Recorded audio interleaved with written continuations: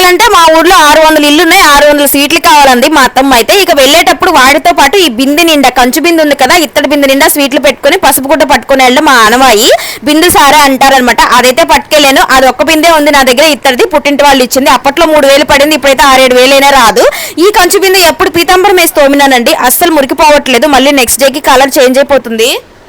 Powder అయితే అయిపోతుంది. ఇంకా ఇటుకరాయి పొడి అయితే ముహూర్తం పెట్టుకున్నాయి. ఇవాళ చిన్నప్పుడు ఇటుకరాయి పొడితో దేవుడు సామాన్లు తోమించేవాళ్ళు మా ఇంట్లో పెద్దవాళ్ళు. అలా తోమితే మంచి మొగుడు వస్తారని చెప్పి మాతో అలా కాకాపట్టి తోమేసేవాళ్ళు అనమాట.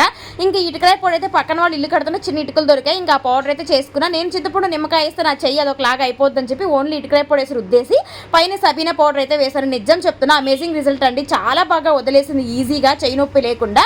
ఇంకా ఫైనల్గా కడిగేసా. ఇంకా తప్పిన్లు, టిఫిన్లు, గిట్పిన్లు అన్నీ ఉంటే అన్నింటిని రుద్ది పక్కన పెట్టేసుకున్నాయి. వాళ్ళైతే మా వారు ఇంట్లో ఉన్నారు. ఇంకా షాప్ చూసుకుని పని తప్పిందిలే అని చెప్పి ఈ పని పెట్టుకున్నా. తుప్పు పట్టిన బాండ్ల మాత్రం అస్సలు తుప్పోదలేదండి. సబ్స్క్రైబ్ చేసుకోండి.